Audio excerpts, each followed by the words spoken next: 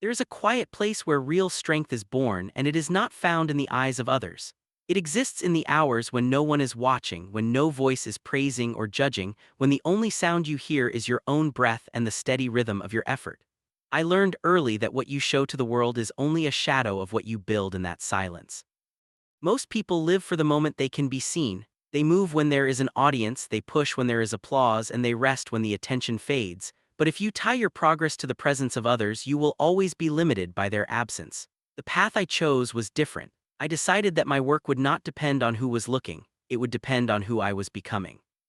In those private hours, I faced a different kind of opponent. Not a rival standing across from me, but the part of myself that wanted comfort instead of growth. That voice is clever, it speaks softly. It tells you that you deserve rest, that you have already done enough, that tomorrow will be a better time to push further. If you listen to it without question, it will shape your life more than any enemy ever could. So I learned to listen without obeying. I let that voice speak and I continued anyway. Each small act of persistence became a quiet victory, not something to celebrate, not something to announce, just a simple proof to myself that I could move forward even when I did not feel like it. There is a strange peace in this kind of effort. When no one is watching, there is no need to impress. You can be honest with your weakness, you can see clearly where you fall short without feeling the need to hide it. This honesty is a powerful teacher. It shows you exactly where you must focus, exactly what must be refined. I began to treat each day as a private training ground. Not a stage, not a competition, but a place to shape myself. Some days were strong, some days were slow, but I showed up for all of them. Over time, this consistency became more valuable than any burst of passion. Passion is loud and bright, but it fades. Consistency is quiet and steady, and it endures. In the beginning, the results were invisible. There was no dramatic change, no sudden transformation. If I had been looking for proof from the outside, I might have believed that nothing was happening. But inside, something was shifting. My patience grew, my focus sharpened, the distance between deciding to act and actually acting became shorter. This is the kind of progress that cannot be measured by applause or recognition. It is measured by how you respond when things go wrong, by how steady you remain when plans fall apart, by how quickly you recover when you stumble. These moments reveal what you have built in private. There were times when others passed me by, when their achievements were noticed while mine remained unseen. The old desire to compare, to measure myself against them would rise, but each time it did, I returned to my own path. Comparison is a heavy burden. It pulls your eyes away from where you are going and fixes them on where someone else stands. When you carry it, your steps become uncertain. I learned to let others walk their way, and I continued walking mine, not because I believed my path was superior, but because it was mine. This simple choice brought a sense of freedom that no victory over another could ever provide. In the quiet, I also learned patience. Real growth does not rush. It unfolds at its own pace, like a seed breaking through the soil. You cannot force it by pulling at the leaves. You can only tend the ground, provide the right conditions, and trust the process. This patience changed how I approached challenges. Instead of demanding quick results, I focused on small improvements. A slightly steadier hand, a slightly calmer breath, a slightly clearer thought. These small changes, repeated day after day, created a foundation that could support much greater strength. There is a temptation to reveal your efforts, to seek validation, to let others know how hard you are working. But I found that keeping my work private protected it. It remained pure, untouched by the need for approval. It stayed connected to my own standards instead of someone else's expectations. This does not mean rejecting the world. It means not needing it to confirm your worth. When you know what you have built in silence, praise becomes pleasant but unnecessary, and criticism becomes information rather than a wound. Over time, this inner certainty begins to show itself even if you do not try to display it. People can sense when someone is grounded, when their actions come from a place of discipline rather than impulse. It shows in how you move, how you speak, how you stand when things do not go your way. The strongest presence is often the quietest one in the room. There were moments when I questioned this path, when the lack of recognition felt heavy, when the slow pace of progress tested my resolve. In those moments, I returned to a simple truth: the person I was becoming mattered more than the image I was projecting. Images fade, character remains. Each day I asked myself a simple question, not out loud, not for anyone else to hear. Did I move closer to the person I want to be, even in a small way? If the answer was yes, the day was a success, regardless of what anyone else saw or said. This way of living changes how you define victory. It is no longer about standing above others, but about standing more firmly in yourself. It is about closing the gap between what you believe and how you act, between who you are in public and who you are in private. As that gap narrows, life becomes simpler, decisions become clearer. You spend less time wondering how you are being perceived and more time focusing on what needs to be done. And in this simplicity, a deeper kind of strength emerges. Not the strength that seeks to dominate, but the strength that endures. Not the strength that demands attention, but the strength that remains when attention is gone. So when you find yourself alone with your effort, when there is no one to impress and no one to applaud, remember that this is not a lesser moment. This is the moment where everything that truly matters is being formed. Stand there in that quiet place and build the power that will carry you through every noise that comes after. There is a moment in every life when you realize that the voices around you are not just sounds, they are forces. Some lift you up, some try to pull you down, and many simply try to steer you in directions that are not your own. I learned that if you allow these voices to guide your steps, you will spend your life walking in circles, never truly moving forward. Praise is often seen as a gift, and in small doses it can warm the spirit. But when you begin to depend on it, it becomes a chain. You start to shape your actions around what will be admired rather than what is necessary. Your path bends toward approval instead of purpose. Without realizing it, you hand over your direction to those who clap the loudest. Criticism, on the other hand, feels like a blade. It can cut deeply if you let it. Some words are meant to help, some are meant to harm, and many are simply the reflection of another person's own struggle. If you treat every critical voice as truth, you will shrink. If you treat everyone as an enemy, you will harden in the wrong way. The challenge is to hear without being owned by what you hear. I had to learn to stand in the middle of these two forces, not leaning toward either. When praise came, I acknowledged it and let it pass. When criticism came, I examined it and let it pass. In both cases, I returned to my own standard, not what others expected of me, not what they believed I should be, but what I had decided I must become. This was not easy. The desire to be seen, to be valued, to be understood runs deep in the human heart. There were days when a single kind word could lift my spirit higher than my own effort, and a single harsh word could weigh more than 100 quiet victories. Recognizing this was the first step toward freedom. I saw how easily my mood and my motivation could be shaped by something as small as another person's opinion. So I began to practice a different way of listening. When someone spoke, I asked myself a simple question: does this help me move closer to my path? If the answer was yes, I kept it. If the answer was no, I let it fall away. This did not mean I ignored people. It meant I chose carefully what I allowed to take root in my mind. Over time, this practice created space inside me, a kind of stillness where my own voice could be heard more clearly. In that stillness, I found guidance that did not change with the crowd, that did not rise and fall with popularity or rejection. It was steady, even when everything around me shifted. There is a danger in living for praise that few recognize. It teaches you to perform rather than to grow. You start to focus on how you look instead of who you are becoming. Your energy goes into maintaining an image instead of building a foundation. And when the applause fades, as it always does, you are left uncertain, wondering if your worth has faded with it. I chose instead to measure my days by effort, not by reaction. Did I act with intention? Did I move closer to my own principles? Did I remain steady when it would have been easier to react? These questions became my compass. They did not depend on anyone else's answer, only my own honesty.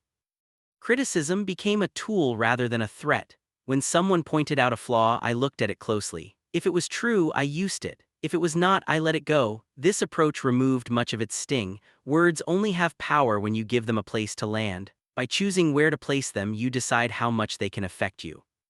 This does not mean becoming cold or distant. It means becoming centered. There is a difference. A centered person can listen deeply without being shaken. They can care without being controlled. They can accept connection without losing themselves in it.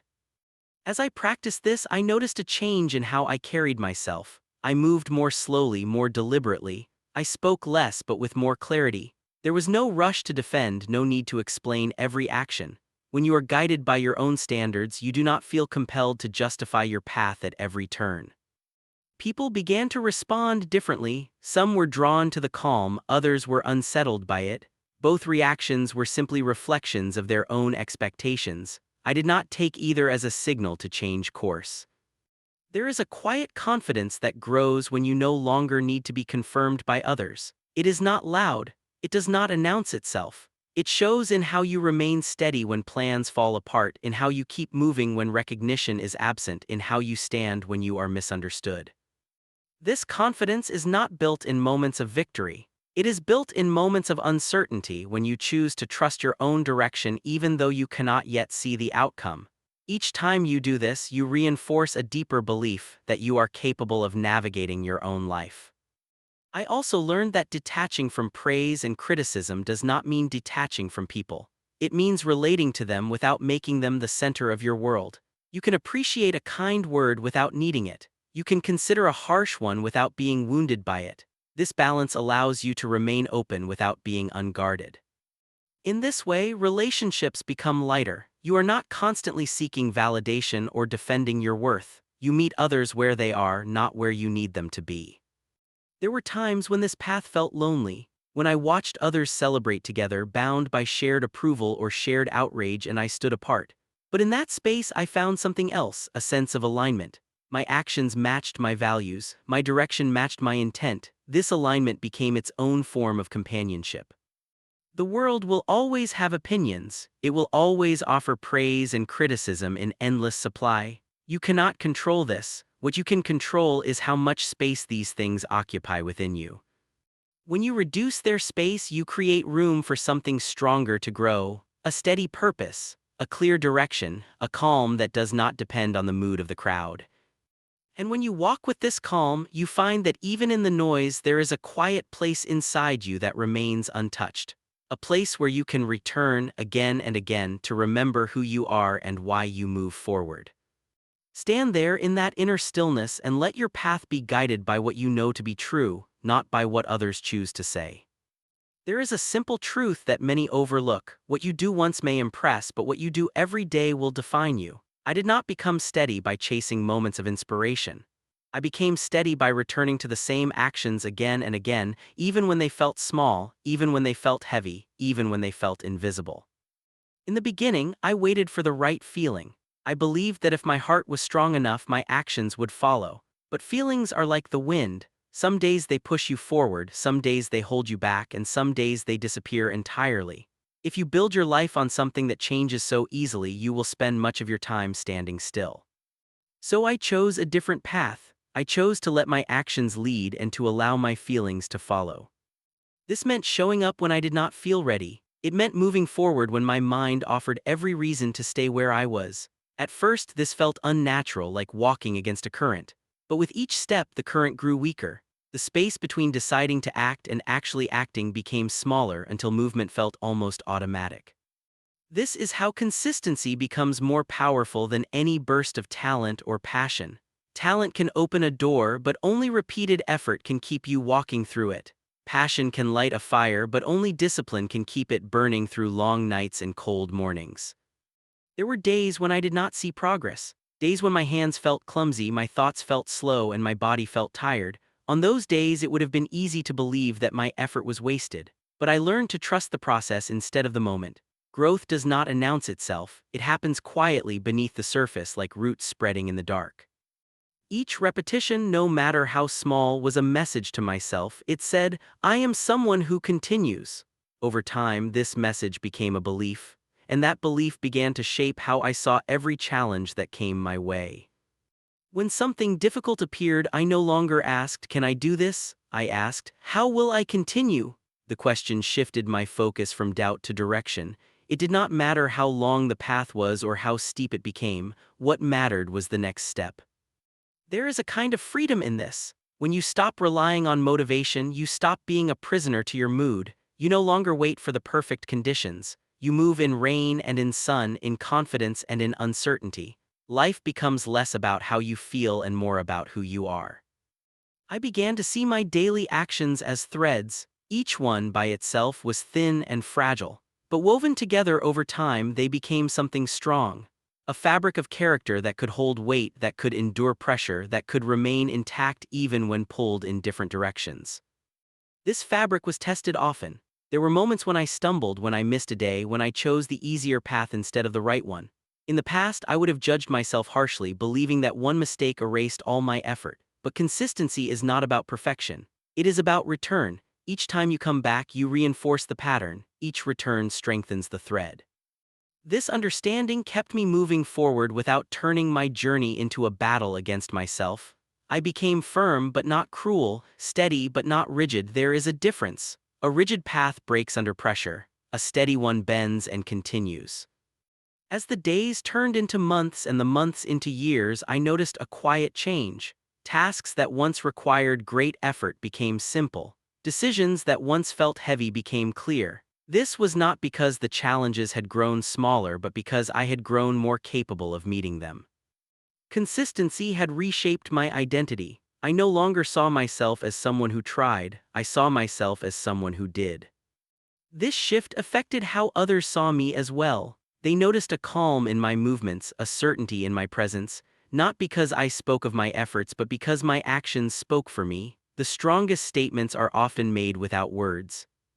There is a temptation to chase shortcuts, to look for faster ways to reach a result, but shortcuts often skip the very process that gives the result its meaning. Without the journey, the destination feels empty. Without the effort, the reward feels borrowed. I chose to stay on the longer path, the one that does not promise quick victories but offers deep roots, the one that does not dazzle but endures. This path taught me patience. Not the kind of patience that waits, but the kind that works. The kind that understands that every day is a chance to place another stone in the foundation, even if the building is not yet visible. There were times when I wondered if anyone would ever notice this foundation. But I learned that being noticed is not the same as being ready. When the moment came to step forward, what mattered was not who was watching, but what I had built within myself.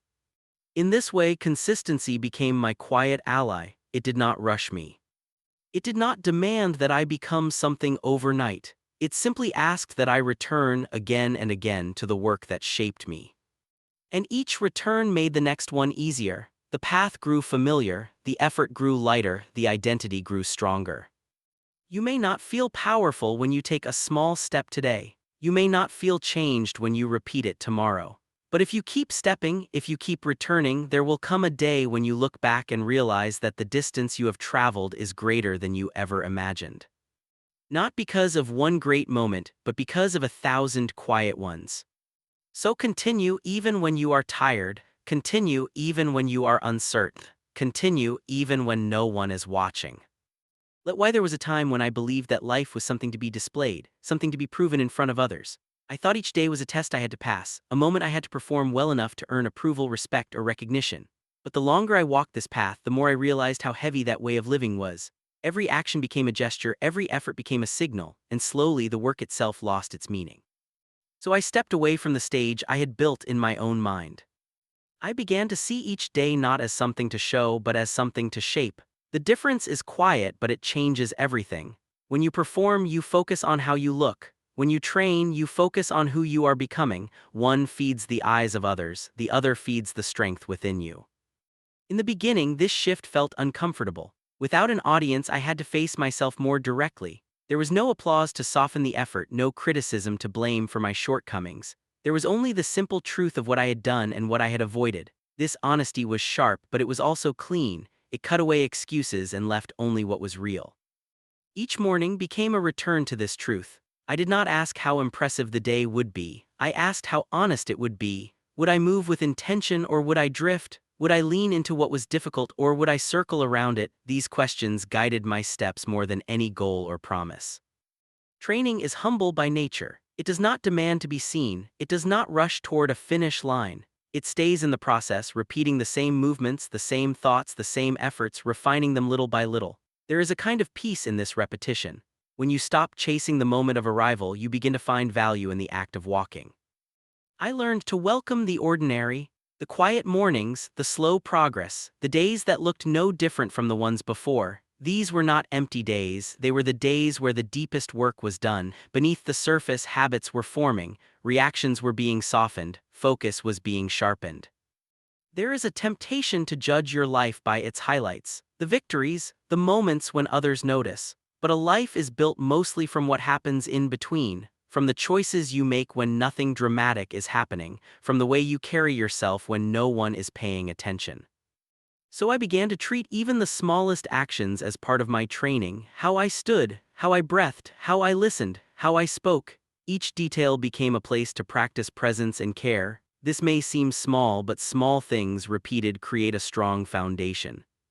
When challenges came, I no longer saw them as tests of my worth. I saw them as tools for my growth. A difficult situation was not something to escape, but something to step into with awareness.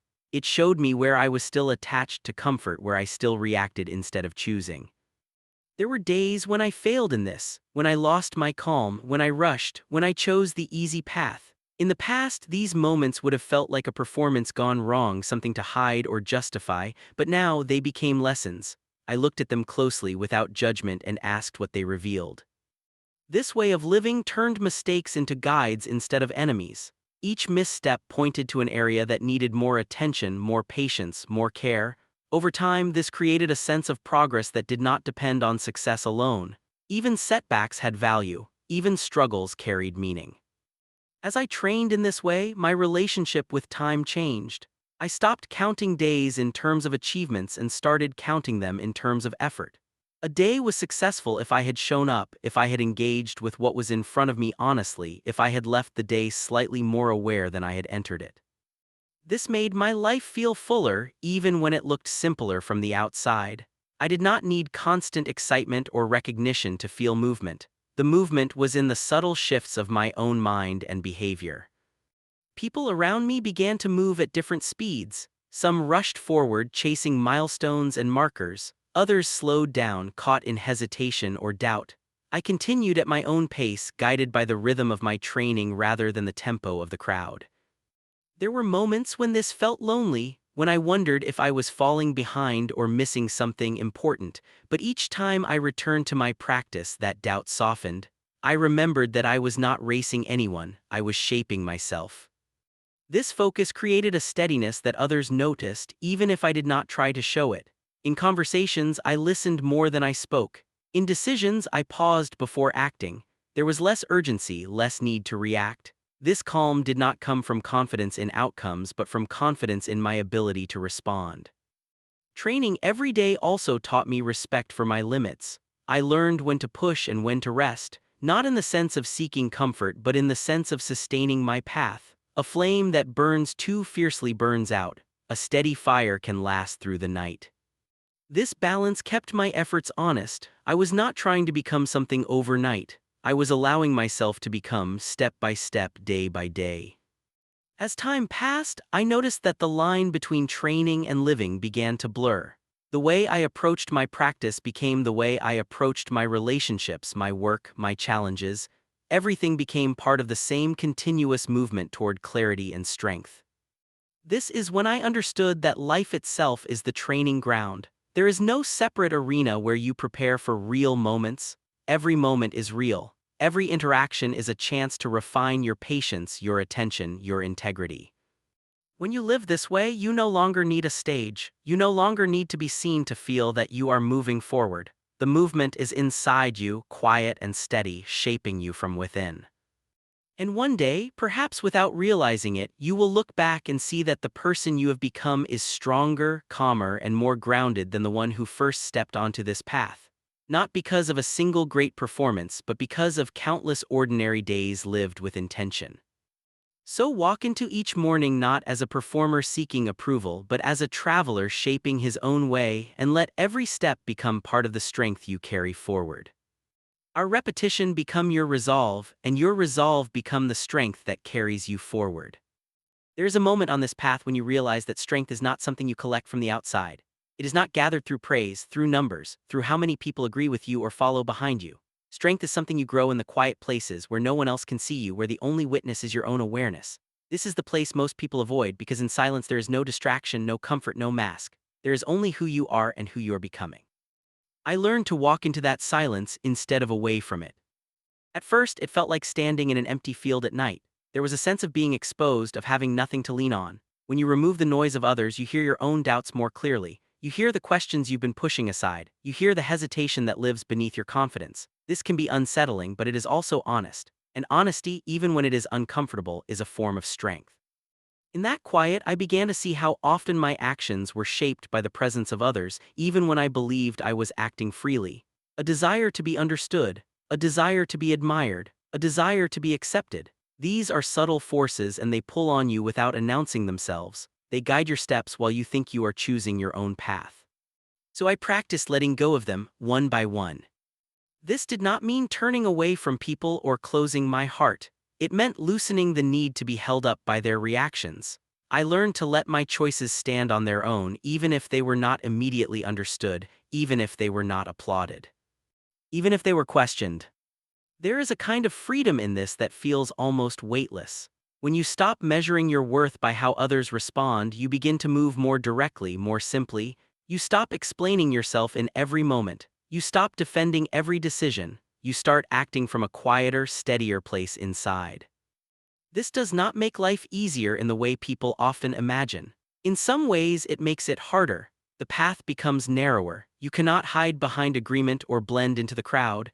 You stand more clearly in your own space, and that means you also stand more clearly in your own responsibility. But with that responsibility comes a deeper sense of control.